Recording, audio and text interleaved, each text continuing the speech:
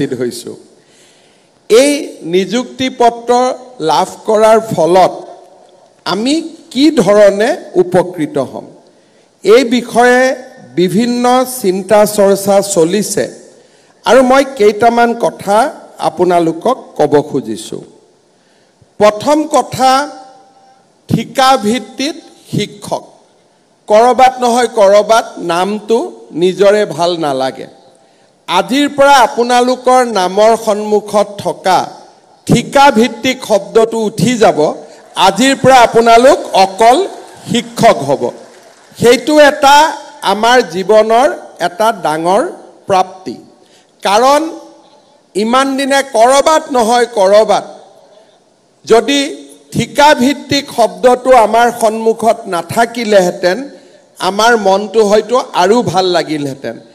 অহা কালি যেতিয়া আমি স্কুলত যোগদান কৰিম আমি নিজক শিক্ষক হিচাপে যোগদান কৰি মনটো আপোনালোকৰ বহুত পাতল পাতল লাগিব অহা কালি আপোনালোকে নিজৰ অভিজ্ঞতা মোক নিজে ক'ব আপোনালোকে নিজে অনুভৱ কৰিব যে জীৱনত এটা ডাঙৰ পৰিৱৰ্তন আহিল ইয়াৰ পিছত যেতিয়ালৈকে আমি ঠিকা ভিত্তিক শিক্ষক হৈ আছিলোঁ আমাৰ সন্মুখত অৱসৰকালীন আমি কি পেনশন পাম তাক আমি কোনেও নাজানিছিলোঁ CPF-ত আমাৰ 10% দৰমহাৰ ধন জমা আছিলে আৰু লাহে লাহে দৰমহাৰ স্লেবটো বাঢ়ি যোৱাৰ পিছত CPF-ৰ আওতাৰ পৰাও আমি বাহিৰত আছিলোঁ এতিয়া যিসকলৰ 25 বছৰ আৰু 10 বছৰ চাকৰি এতিয়াও থাকিব আপোনালোকে জানে যে ভাৰত চৰকাৰে ইউনিফাইড পেনশন স্কিম এই পেনশন স্কিম আমাৰ বাবে লৈ আহিছে এতিয়াৰ পৰা আমি অহা কালিৰ পৰা যদিও UPS অসম চৰকাৰে এতিয়াও গ্ৰহণ কৰা নাই কিন্তু অহা কালিৰ পৰা আপোনালোক NPS-ত আৰু NPS-ত যোগদান কৰা সকলে অটোমেটিক্যালি 1 এপ্ৰিলৰ পৰা আপোনালোকে UPS-লৈকে আপোনালোকে যাবলৈ সক্ষম হ'ব ইয়াৰ ফলত অৱসৰকালীন জীৱনত যিটো সৰ্বশিক্ষা অভিযানত থকালৈকে যিটো অৱসৰকালীন জীৱনৰ এটা নিশ্চয়তা আমাৰ নাছিলে এতিয়া আমি বহু পৰিমাণে অৱসৰকালীন জীৱনত এটা নিশ্চয়তা পাবলৈ সক্ষম হ'ম আমাৰ চৰকাৰৰ ষ্টেট বেংক অফ ইণ্ডিয়াৰ লগত এটা আমাৰ বিশেষ যোজনা আমি চলাই ৰাখিছোঁ হি হৈছে আপোন ঘৰ যেতিয়ালৈকে আমি সৰ্বশিক্ষা অভিযানত আছিলোঁ কোনোবা বেংকে আমাক আপোন ঘৰ যোজনা দিছিলে বা কোনোবাই আমাক দিয়া নাছিলে এতিয়াৰ পৰা আপোনালোকে আপোন ঘৰ যোজনাৰ অধীনত আপোনালোকে ঘৰ বনাবৰ বাবে ষ্টেট বেংক অফ ইণ্ডিয়াৰ পৰা বিনা মৰ্টগেজত আপোনালোকে লোন ল'বলৈ সক্ষম হ'ব মই ষ্টেট বেংক অফ ইণ্ডিয়াকো কৈ দিম যে সৰ্বশিক্ষা অভিযানৰ পৰা নতুনকৈ নিয়মীয়া হোৱা শিক্ষক শিক্ষয়িত্ৰীসকলক যাতে আপোন ঘৰ যোজনাত আমি যিকোনো ধৰণৰ সুবিধা আমি প্ৰথমে দিওঁ অগ্ৰাধিকাৰ ভিত্তিত দিওঁ তাৰ বাবেও মই ষ্টেট বেংক অফ ইণ্ডিয়াক নিজে অনুৰোধ কৰিম ইয়াৰ পিছত অসম চৰকাৰৰ এটা ডাঙৰ যোজনা যে কিবা কাৰণত আজি যদি চাকৰি কালত আমাৰ মৃত্যু ঘটে আমি কোনেও আশা নকৰোঁ আমাৰ পৰলোক প্ৰাপ্তি হওক কিন্তু যোৱা কেইদিনমান আগতে সৰ্বশিক্ষা অভিযানত কাম কৰা ৰনোজ দা কিমান টিচাৰক আমি 5 লাখ টকাকৈ দিছিলোঁ 55 55 গৰাকী শিক্ষকক আমি শংকৰদেৱ কলাক্ষেত্ৰত মাতি আনি 5 লাখ টকাকৈ চাকৰি কালত তেওঁলোকৰ মৃত্যু হোৱা বাবে তেওঁলোকক আমি 5 লাখ টকাকৈ আৰ্থিক সাহায্য আগবঢ়াইছিলোঁ এতিয়া আপোনালোকে চিন্তা কৰক এই 55 জন শিক্ষকক যদি আমি নিয়মীয়াকৰণ আগতে কৰিলোহেঁতেন এই 55 জন শিক্ষকৰ পৰিয়ালে সম্পূৰ্ণকৈ নিয়মীয়া শিক্ষকৰ যেনে স্বামী জীয়াই আছে তেনেকে আমি 100% আমি দৰমহা পাই থাকিলোহেঁতেন কিন্তু আজি তেওঁলোকক আমি মাত্ৰ 5 লাখ টকা আমি আগবঢ়াবলৈ সক্ষম হৈছিলোঁ অহা 4 তাৰিখে আমাৰ লখিমপুৰত কেবিনেট আছে সেই কেবিনেটৰ দিনা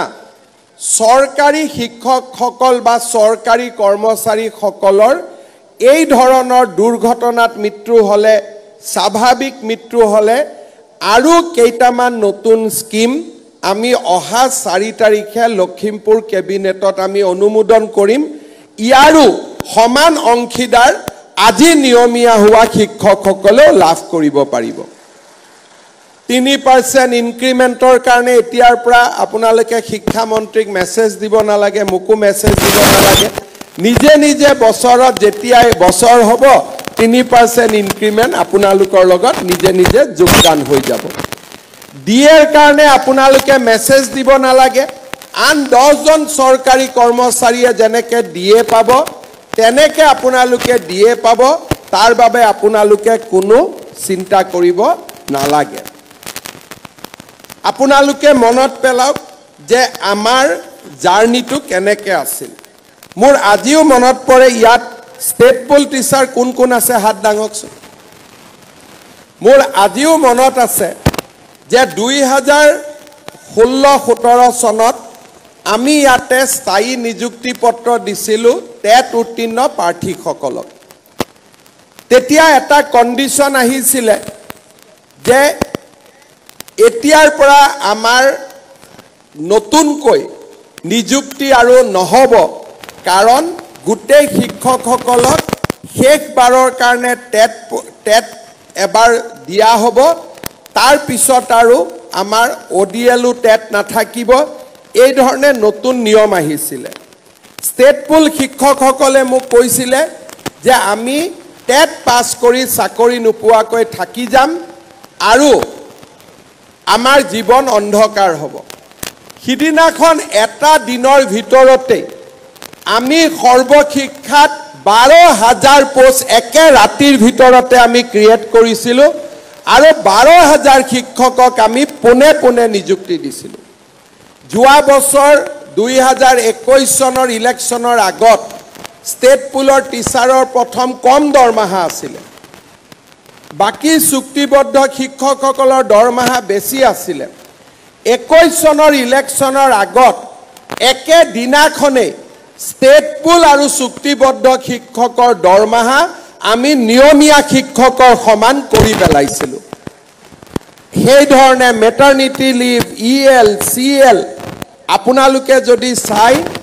2012 চনৰ 20 মে তাৰিখে প্ৰথম দিনা নিযুক্তি হৈছিল তেতিয়া কি ব্যৱস্থা আছিল যে দৰমহা আমাক গভৰ্নিং বডিয়ে দিব গভৰ্নিং বডিয়ে দৰমহা দিব কম দৰমহা দিব আৰু সেই 2012 চনৰ সেই যাত্ৰাৰ পৰা আহি আজি 2024 চনত আমি সম্পূৰ্ণ নিয়মীয়া শিক্ষকৰ আজি আমি মৰ্যাদা পাবলৈ সক্ষম হলো এটা কঠিন যাত্ৰা আছিল প্ৰথম যেতিয়া মই 26 মেত নিযুক্তি পত্ৰ দিছিলোঁ জুলাই আগষ্ট মাহত মোক শিক্ষকসকলে হোৱাটছআপ দিছিলে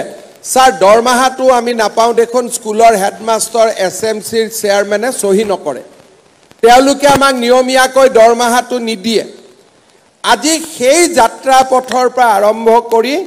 এতিয়া আৰু মাহৰ 1 তাৰিখে আপোনালোকে নিজৰ দৰমহা নিজে লব পৰা অৱস্থালৈকে আপোনালোকে অহা কালিৰ পৰা আপোনালোকে আহি পৰিলে এতিয়া কিছুমানে মোক কৈ আছে যে স্যাৰ 5 বছৰ অভিজ্ঞতা থকা কাৰণে আমি কেইজনমান বাদ পৰি গলো মই শিক্ষা বিভাগক অনুৰোধ কৰিম যে নিয়মীয়াকৰণৰ মানদণ্ড 5 বছৰৰ অভিজ্ঞতাৰ পৰিৱৰ্তে 3 বছৰ কৰি দিয়ক যাতে বাকি সকলেও নিয়মীয়াকৰণ হৈ যাব পাৰে এখন উদাৰ হৃদয় লৈ যিসকল মাত্ৰ 3 বছৰ কাম কৰিছে সৰ্বশিক্ষা অভিযানত তেওঁলোককো আমি নিয়মীয়াকৰণৰ ব্যৱস্থা লম অহা বছৰৰ ভিতৰত আমি অহা বিত্তীয় বৰ্ষত তেওঁলোকক আমি নিয়মীয়াকৰণ কৰি দিম যিসকল শিক্ষক শিক্ষয়িত্ৰী কিবা কাৰণত আজি আবেদন কৰা নাই মই ভাবো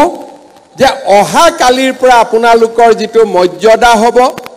জীৱনৰ প্ৰতি যি নিৰাপত্তা আহিব এই সকলোবোৰ দিশ বিবেচনা কৰি তেওঁলোকে যদি পুনৰ আবেদন কৰিব খোজে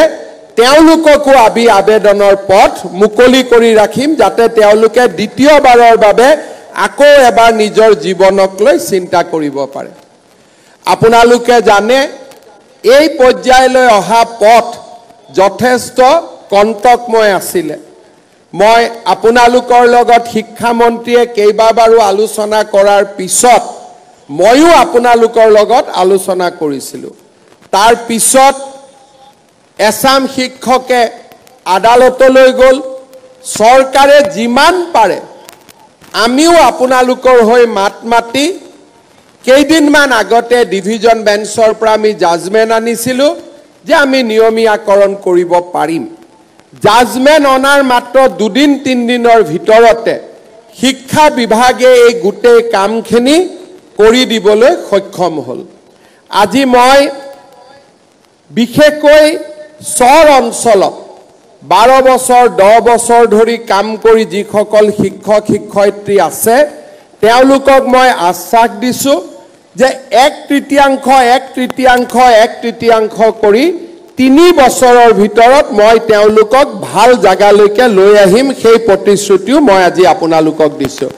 অহা বছৰ এপ্ৰিল মেত আমি ধুবুৰী সাউথ সালমাৰাত কাম কৰা 1/3 শিক্ষকক আমি আন জিলালৈ লৈ আহিম তাৰ পিছৰ বছৰ 1/3 শিক্ষকক আমি লৈ আহিম তাৰ পিছৰ বছৰ 1/3 শিক্ষকক আমি লৈ আহিম যাতে ধুবুৰী সাউথ সালমাৰাৰ দৰে বিপদজনক স্থানত কাম কৰি থকা শিক্ষকসকলেও এটা জীৱনত লৰা ছোৱালীক পঢ়ুৱাই ডাঙৰ কৰাৰ বাবে তেওঁলোকেও যাতে এটা সুবিধা পাব পাৰে কিমান আছে ধুবুৰী আৰু সাউথ সালমাৰাত কাম কৰি থকা শিক্ষক হাত ডাঙৰ ঠিক আছে যিমানখিনি আছে স্থায়ীভাৱে যিসকলক আজি আমি নিয়মীয়াকৰণ কৰিলোঁ তেওঁলোকক আমি 3 বছৰৰ ভিতৰত উপযুক্ত স্থানলৈ আমি লৈ আহিম আৰু অহা বছৰৰ ভিতৰত এই উপযুক্ত স্থানৰ যেটো ট্ৰান্সফাৰ সেই ট্ৰান্সফাৰৰ প্ৰক্ৰিয়া আমি আৰম্ভ কৰিম শ্ৰদ্ধাৰ শিক্ষক মণ্ডলী ইয়াৰ লগতে আজি আমি এইটো কথাও ক'ব খুজিছোঁ যে ৰাজ্য চৰকাৰে এই বছৰ প্ৰায়